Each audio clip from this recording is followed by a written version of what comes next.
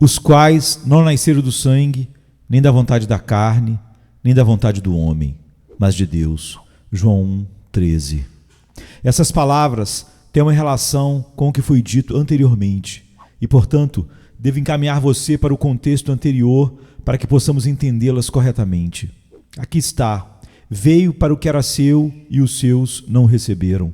Mas a todos quantos o receberam, deu-lhes o poder de serem feitos filhos de Deus, aos que creem no seu nome. Nessas palavras, você tem duas coisas. Em primeiro lugar, alguns dos seus próprios o rejeitaram quando Jesus se ofereceu a eles. Em segundo lugar, outros próximos a ele o receberam e o deram boas-vindas. Aqueles que o rejeitam, ele também os rejeita. Mas aqueles que o recebem, dá-lhes poder de se tornarem filhos de Deus. Agora, para que ninguém o veja como a sorte ou fortuna, ele diz: eles não nasceram do sangue, nem da vontade da carne, nem da vontade do homem, mas de Deus. Os que não o receberam só nasceram da carne e sangue, mas aqueles que o recebem têm a Deus como seu Pai, antes recebem a doutrina de Cristo com um desejo veemente. Em primeiro lugar, eu lhes mostrarei o que Jesus quer dizer com sangue.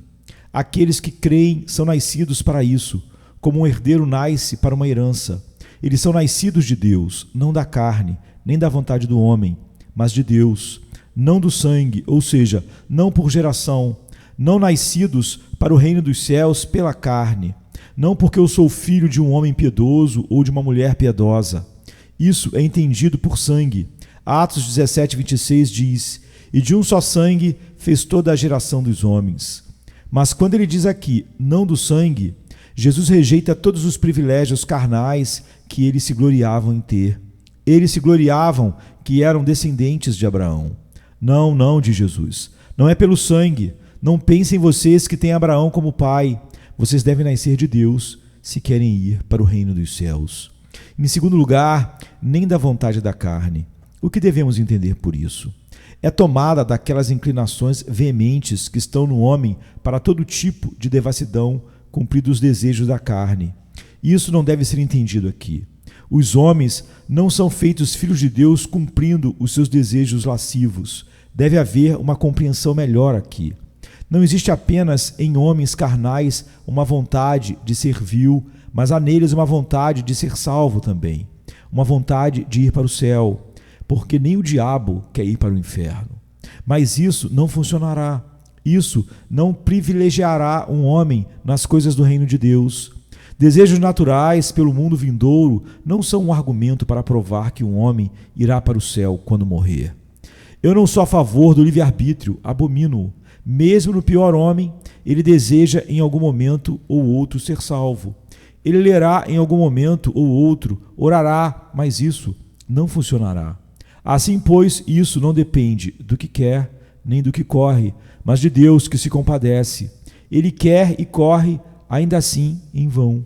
Romanos 9:16 diz: mas Israel, que buscava a lei da justiça, não chegou à lei da justiça.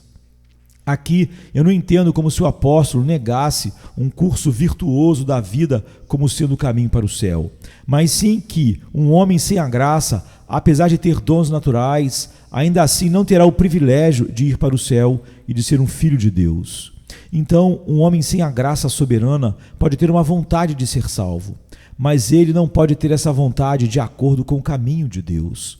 Ele pode, como eu disse, desejar não ir para o inferno, mas ele não tem uma visão da glória e um deleite e um desejo por Deus. A natureza conhece somente as coisas da natureza. As coisas de Deus não são conhecidas por nenhum homem, mas sim pelo Espírito de Deus, a menos que o Espírito de Deus esteja em você. Ele deixará você neste lado dos portões do céu, os quais não nasceram do sangue, nem da vontade da carne, nem da vontade do homem, mas de Deus. João 1:13. Alguns podem ter vontade, um desejo que Ismael seja salvo. Saiba disso, isso não salvará o seu filho. Se fosse por nossa vontade, gostaria que todos vocês fossem salvos e fossem para o céu. Quantos de nós oramos por nossos filhos e choramos por eles, e estamos prestes a morrer, e essa vontade foi em vão? A vontade de Deus é a regra de todos. A salvação é somente por meio de Jesus Cristo. os quais não nasceram do sangue, nem da vontade da carne, nem da vontade do homem, mas de Deus. João 1,13. Agora apresentarei a doutrina. Os homens que creem em Jesus Cristo e que o recebem de modo eficaz são nascidos para isso. Jesus não diz que eles nascerão para isso, mas eles são nascidos para isso. Nascidos de Deus, por Deus e para as coisas de Deus, antes de receberem a Deus para a salvação eterna. Na verdade, te digo que aquele que não nascer de novo não pode ver o reino de Deus. João 3,3. Logo, a menos que ele seja nascido de Deus, ele não pode sequer vê-lo. Suponha que o reino de Deus seja da forma que ele quer. Ele não pode vê-lo antes de ele ser gerado de Deus. Suponha que esse seja o Evangelho. Ele não pode vê-lo antes de ele ser levado a um estado de regeneração. Crer é a consequência do novo nascimento. Não nasceram do sangue, nem da vontade da carne, nem da vontade do homem, mas de Deus. João 1,13. Em primeiro lugar, vou dar-lhe uma descrição clara disso em uma semelhança ou duas. Uma criança, antes de nascer, está no calabouço escuro do ventre da sua mãe. Assim, um filho de Deus, antes de nascer de novo, está no calabouço escuro do pecado. Ele não vê nada do reino de Deus. Por isso é chamado de um novo nascimento. A mesma alma tem um amor em sua condição carnal e outro amor quando ele é nascido de novo. Em segundo lugar, como isso é comparado a um nascimento? Semelhante a uma criança no ventre da sua mãe, assim é comparado a um homem que é retirado da sepultura. Nascer de novo é ser retirado da sepultura do pecado. Desperta tu que dormes e levanta-te dentre os mortos, e Cristo te esclarecerá. Efésios 5,14. Para ser retirado do túmulo do pecado, é necessário ser gerado e nascido, como está em Apocalipse 1,5. Há uma conhecida afirmação sobre Cristo, e da parte de Jesus Cristo, que é a fiel testemunha, o primogênito dentre os mortos e o príncipe dos reis da terra, aquele que nos amou e em seu sangue nos lavou dos nossos pecados. Que faz alusão à nossa regeneração, a saber, se você nascer de novo e buscar as coisas que são do alto, então há uma semelhança entre a ressurreição de Cristo e o novo nascimento. Aqueles que nasceram de novo foram tirados deste mundo de trevas e conduzidos do reino deste mundo tenebroso para o reino do seu Filho amado, e passam a viver em novidade de vida, isso é, nascer de novo. Aquele que foi removido do ventre da mãe foi com o auxílio da mãe, assim como aquele que é nascido de Deus foi gerado pelo Espírito Santo e nasce pelo Espírito de Deus. Devo dar-lhes algumas consequências de um novo nascimento. Primeiramente, uma criança costuma chorar assim que vem ao mundo, pois se não há nenhum choro, a criança está morta. Vocês que são nascidos de Deus e cristãos, se não choram, não há vida espiritual em vocês. Se nasceram de novo, são como os que choram. Assim que Deus os tirou do calabouço escuro do pecado, não podem deixar de clamar a Deus: que devo fazer para ser salvo? Tão logo Deus realizou a sua obra no carcereiro, ele exclamou: Senhores, o que é necessário que eu faça para me salvar? Atos 16:30. Oh, quantos cristãos nominais em Londres nunca oram? Cafeterias não deixarão vocês orarem. Comércios não deixarão vocês orarem. E mesmo com vitrines, mas se vocês fossem nascidos de Deus, orariam sob quaisquer circunstâncias. Em segundo lugar, não é apenas natural que uma criança chore, mas também que deseje o peito. Ela não pode viver sem o peito da mãe. Logo, Pedro faz disso o verdadeiro julgamento de um recém-nascido. Ele deseja o genuíno leite espiritual da palavra para que possa crescer por meio dele. Se vocês nasceram de Deus, manifestem isso por desejarem o seio de Deus. O quanto vocês anelam o leite das promessas. Um homem vive numa direção quando está no mundo, mas em outro curso quando ele é trazido para Jesus Cristo. Como está em Isaías 66:11. Para que sugueis e vos deleiteis com a abundância da sua glória. Se vocês nasceram de novo, não há nenhuma satisfação até que bebam o leite da palavra de Deus em suas almas. Isaías continua: para que mameis e vos farteis dos peitos das suas consolações. Quando a promessa a um homem carnal diz respeito a um bordel, isso pode ser muito doce para ele. Mas se vocês nascerem de novo, não podem viver sem o leite da palavra de Deus. O que é o peito de uma mulher para um cavalo? Mas o que ele é para uma criança? É o seu consolo e socorro, noite e dia. Quão relutante a criança é ao ser tirada dele. Pensar em coisas celestiais, diz o homem carnal, é apenas vaidade, mas para um filho de Deus é o mais profundo consolo. Em terceiro lugar, uma criança que é recém-nascida, se não tiver outros confortos para mantê-la aquecida como tinha no ventre da sua mãe, morre. Ela precisa ter algo para seu socorro, assim como Cristo teve panos preparados para ele. Por isso, aqueles que são nascidos de novo precisam ter alguma promessa de Cristo para mantê-los vivos. Aqueles que estão em um estado carnal precisam se preocupar com outras coisas. Mas aqueles que são nascidos de novo não conseguem viver sem alguma promessa de Cristo que os mantenha vivos, como foi feito com a pobre criança em Ezequiel 16:10. E te vesti com roupas bordadas. Quando as mulheres têm um bebê, elas sempre preparam o que é bom para o seu filho. Ah, que coisas excelentes Cristo tem preparado para envolver aqueles que nasceram de novo. Ah, que adornos de ouro Cristo tem preparado para todos os que são nascidos de novo. As mulheres vestirão seus filhos para que possam ter certeza que eles estão bem.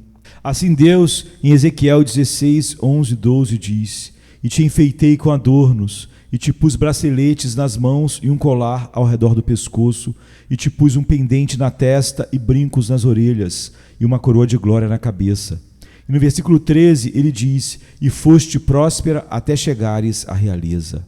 Isso não se relaciona a nada no mundo, mas à justiça de Cristo e às graças do Espírito Santo, sem as quais um recém-nascido não pode viver, a menos que tenha a valiosa justiça de Cristo.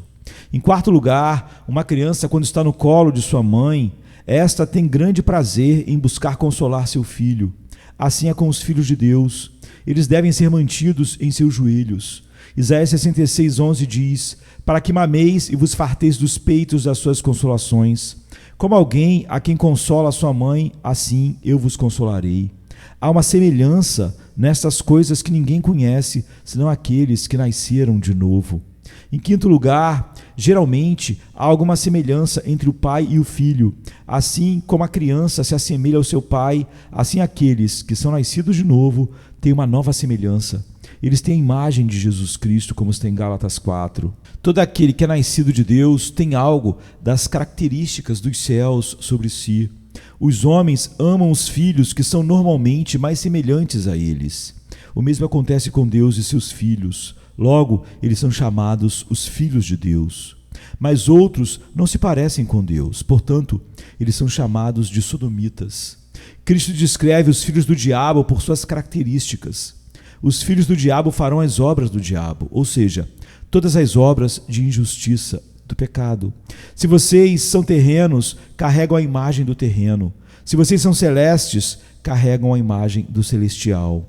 Em sexto lugar, quando um homem tem um filho, ele o treina segundo a sua vontade, de modo que o filho aprende o costume da casa do seu pai. Assim são aqueles que são nascidos de Deus. Eles aprendem o costume da verdadeira igreja de Deus. Ali, eles aprendem a clamar, meu Pai e meu Deus. Eles são criados na casa de Deus. Eles aprendem o método e a forma da casa de Deus, de modo a regularem as suas vidas neste mundo. Em sétimo lugar, os filhos naturalmente dependem do seu pai quanto às suas necessidades. Se eles querem um par de sapatos, eles dirão ao pai. Se eles precisam de pão, dirão a ele. Assim devem fazer os filhos de Deus. Vocês desejam pão espiritual? Digam isso a Deus. Vocês anelam pela força da graça? Peçam a Deus. Vocês precisam de poder contra as tentações de Satanás? Vão e diga a Deus sobre isso. Quando o diabo tentar vocês, corram para casa e digam ao seu Pai Celestial. Derramem as suas queixas a Deus. Isso é natural para as crianças. Se qualquer coisa está errada, elas vão e contam ao Pai. Assim é com aqueles que são nascidos de Deus. Quando eles se deparam com as tentações, vão e contam a Deus sobre elas. A primeira aplicação é esta: faça um exame rigoroso para saber se você nasceu de Deus ou não. Examine-se por aquelas coisas que eu estabeleci antes a respeito de um filho natural e um filho da graça. Você foi retirado do calabouço escuro deste mundo para Cristo. Você aprendeu a clamar, meu Pai. Jeremias 3,19 diz, tu me chamarás meu Pai. Todos os filhos de Deus clamam. Você pode ficar quieto se estiver com fome de leite da palavra de Deus. Você pode estar satisfeito sem ter paz com Deus. Ore para que você considere isso e seja sincero consigo mesmo.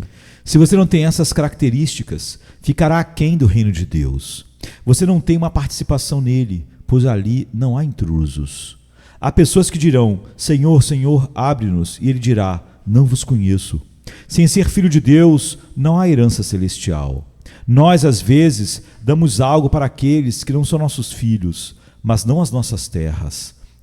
Não se lisonjeie com uma parte entre os filhos, a menos que você viva como os filhos. Quando vemos o filho de um rei jogar com um mendigo, isso é impróprio. Assim, se você for um filho do rei, viva como um dos filhos do rei. Se você ressuscitou com Cristo, suas afeições estão nas coisas do alto e não nas coisas de baixo. Quando você estiver junto com outros, converse sobre o que o Pai lhe prometeu. Você deve amar a vontade do Pai e estar contente e satisfeito em meio às aflições que passar neste mundo. Se você for filho de Deus, viva em comunhão com outros dos seus filhos em amor. Se o mundo contender com você, não importa, mas é triste se você brigar com outros filhos de Deus. Se isso ocorre, é um indício de má criação e não está de acordo com as regras da palavra de Deus. Quando você encontrar uma alma que carrega a imagem de Deus, ame-a e diga: este homem e eu devemos ir para o céu um dia. Sirvam uns aos outros, façam o bem uns aos outros, e se ocorrer com você de modo errado, ore a Deus que endireite e ame a comunhão com os irmãos. Finalmente, se você for filho de Deus, aprenda essa lição. Cinja os lombos da sua mente como filho obediente. Não se conforme com o seu antigo modo de vida, mas seja santo em toda maneira de viver. Considere que o santo Deus é o seu Pai e que isso lhe estimule a viver como os filhos de Deus, para que você possa estar diante do seu Pai com consolo agora e no dia eterno. Amém, queridos. Amém.